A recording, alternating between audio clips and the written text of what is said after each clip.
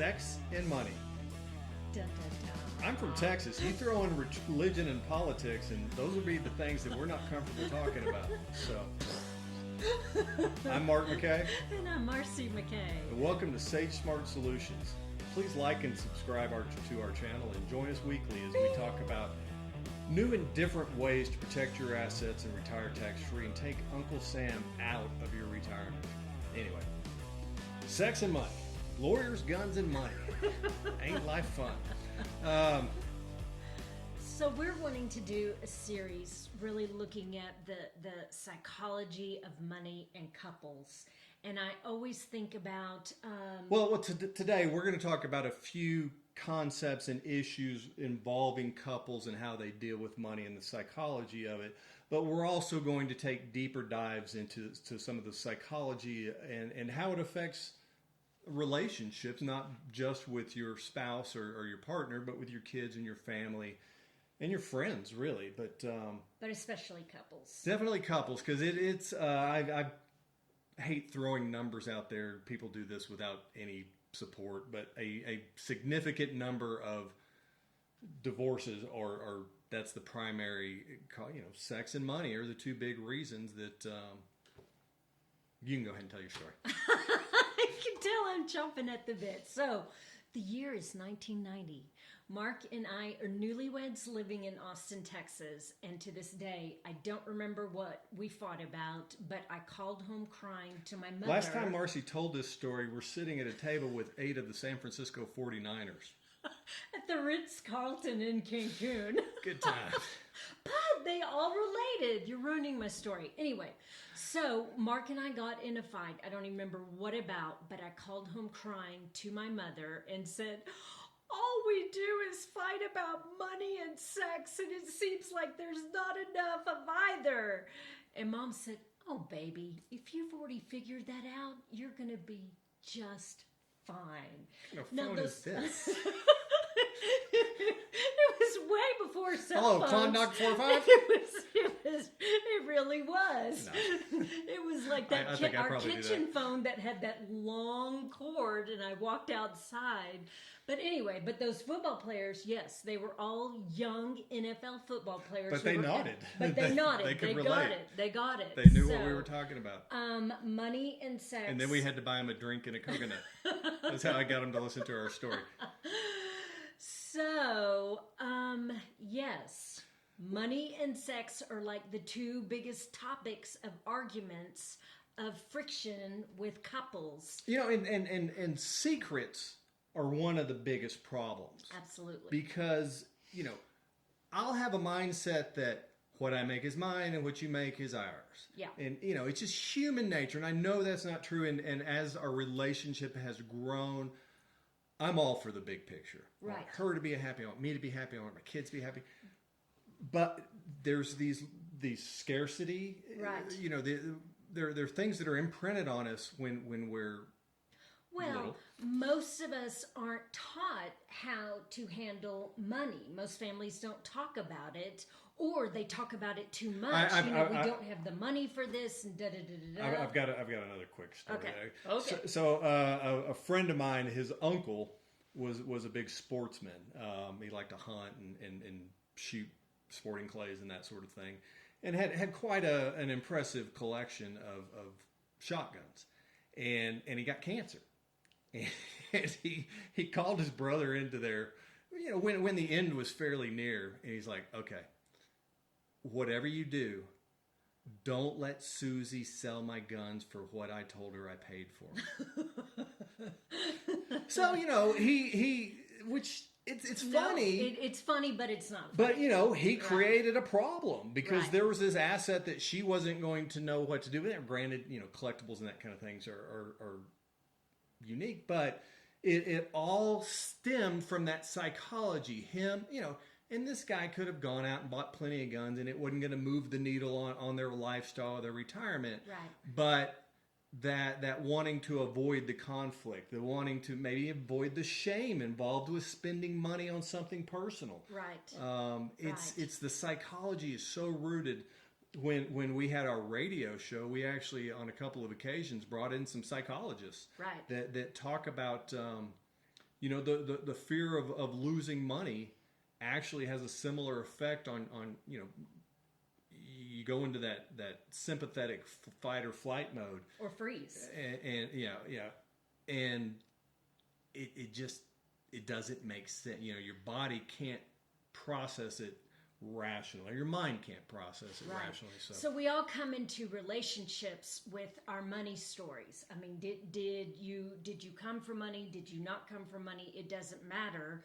Even if you did come from money, there might still be a scarcity mindset. On a subconscious level, you might be ashamed of your family having money, or were you inadvertently taught that money was bad or dirty or evil, and so you don't want to. Even though you're trying to start your own business, maybe you taught that rich people were bad, and so you're not wanting to go against your family's subconscious rules, and so you're sort of self-sabotaging. So this is such a fascinating subject because no two people have the same money stories, even if you grew up in the same family. It's interesting, and that's a good point. I was going to point that my brother's imprinting is probably a little different than mine. My father was a surgeon, in the 70s and 80s in Texas, so we were comfortable. But not my formative years, but my earliest memories are us living in an 800 square foot. My mom was working in the lab to help pay the bills. Well, wasn't your wife while your father was in med school? Well, are you talking about I don't know that I really remember med school that much, but his residency, right? I do, and I remember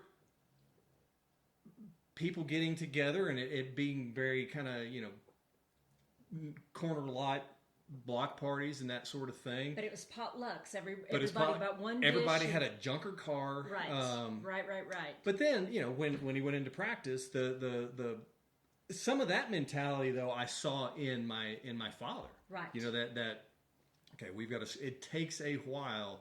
To shift.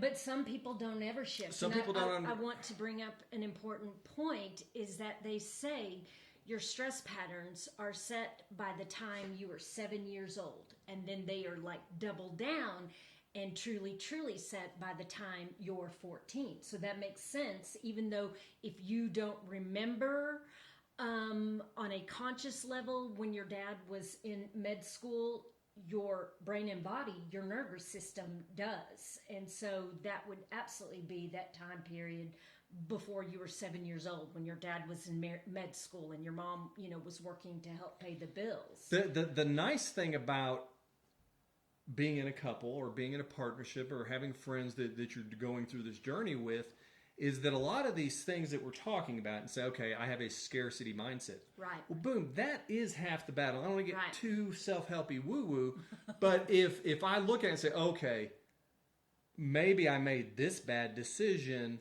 because I have this tendency. And as we get experience, we can recognize those tendencies. And, if I can look at something and say, all right, this is why I went this way. I don't want to go that way. That's half the battle. And if I can observe when Marcy or my partner makes, who are the same person, if she does something that I'm not comfortable with, I don't think, she's a bad person. I'm like, okay, this is, these are these tendencies. This is, her influences led to this. We can work as a team and say, okay, this didn't work out this way. This didn't work out this way. This is where we want to be. What do we do? Right. But I want to press pause because I want to get self-help and woo-woo all day long. Back to the stress patterns. So oftentimes we don't even realize what we're doing because our stress patterns happen sort of on autopilot. So you may not even realize why you spend or you're a hoarder with your money and how it doesn't match up with your partner. I think back to early on in our marriage, and this is back when people actually balanced their checkbook. I would balance my checkbook every month and know to the penny how much I had. You never balanced your checkbook. You just kind of sort of kept a running tally. But I knew within $100. No, I know. And what I was going to say, on the surface, it looked like I was being more responsible, but that was only so I could spend to the penny what I had. You've always been a better saver than me, and we didn't talk about it in the beginning. And I've always been comfortable with a buffer. Right, I needed that. Right. But in the beginning, we didn't even act like a married couple. We were sort of roommates who shared expenses and had sex. We still had our separate checking accounts, and we literally split our bills down the middle. And so, man, I could talk about this all day long, but scarcity and abundance. You've always had much more of an abundance mindset with money. I just was always, when money came in, I felt like we needed to hold on to it because I was sort of afraid, is it not, are we not ever going to get any more in? And so trying to work through that. How do you feel like we worked through that over the years? I think it was a learning process, and I think it does.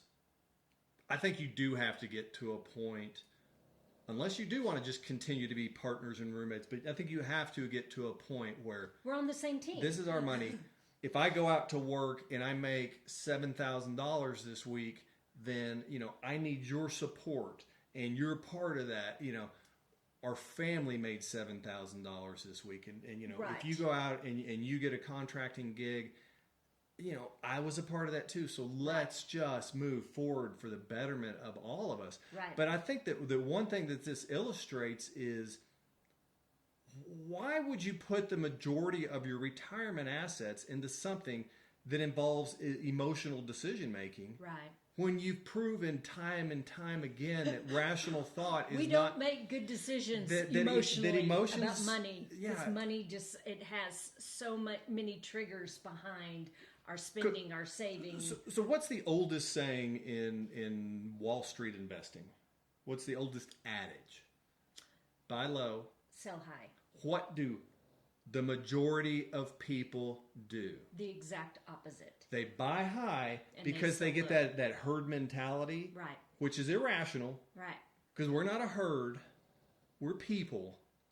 But they get that herd mentality, and they're like, "Oh, Bob made 12%." He didn't tell you about the 7 flyers that he lost all his money on. It's like that right. guy who only tells you the stories about when he won in Vegas. Right. Oh, I came out okay, but anyway.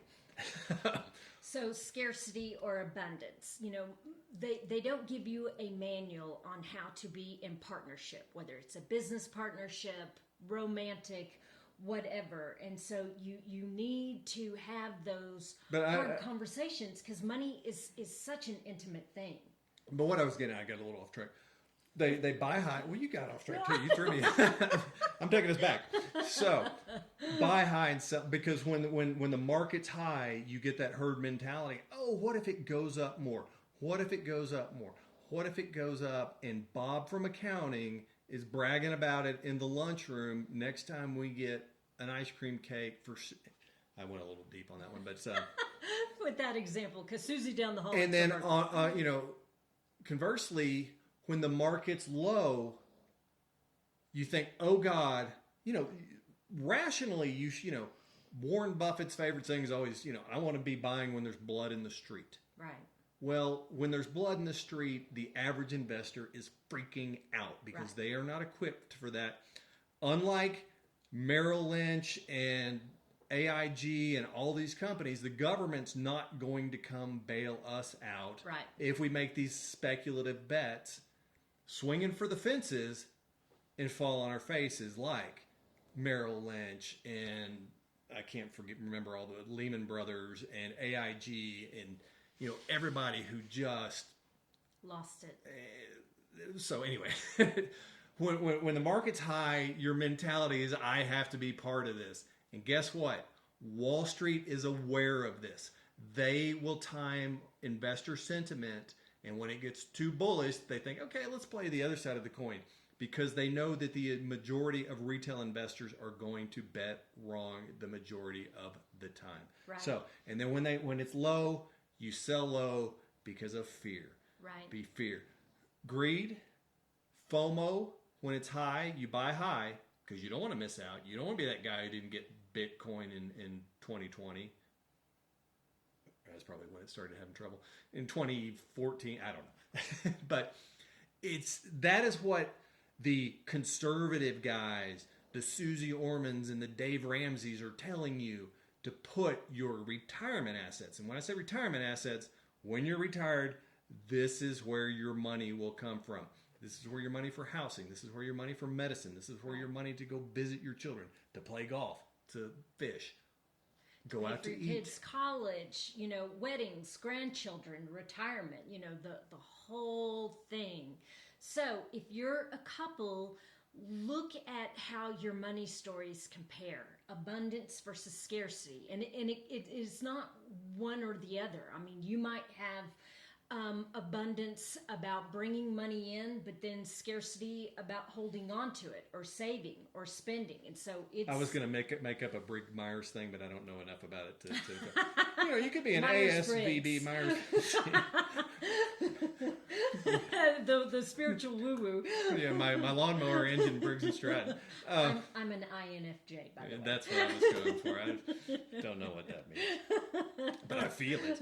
So, all right. Thank you very much. Please like our channel and subscribe. And let us know. I want to talk. I love talking about money and couples and the psychology of money. So if there are topics you want to hear about, and there are some huge opportunities working as a couple. Lots of opportunities because we're on the same team. Exactly. I love you. You love me.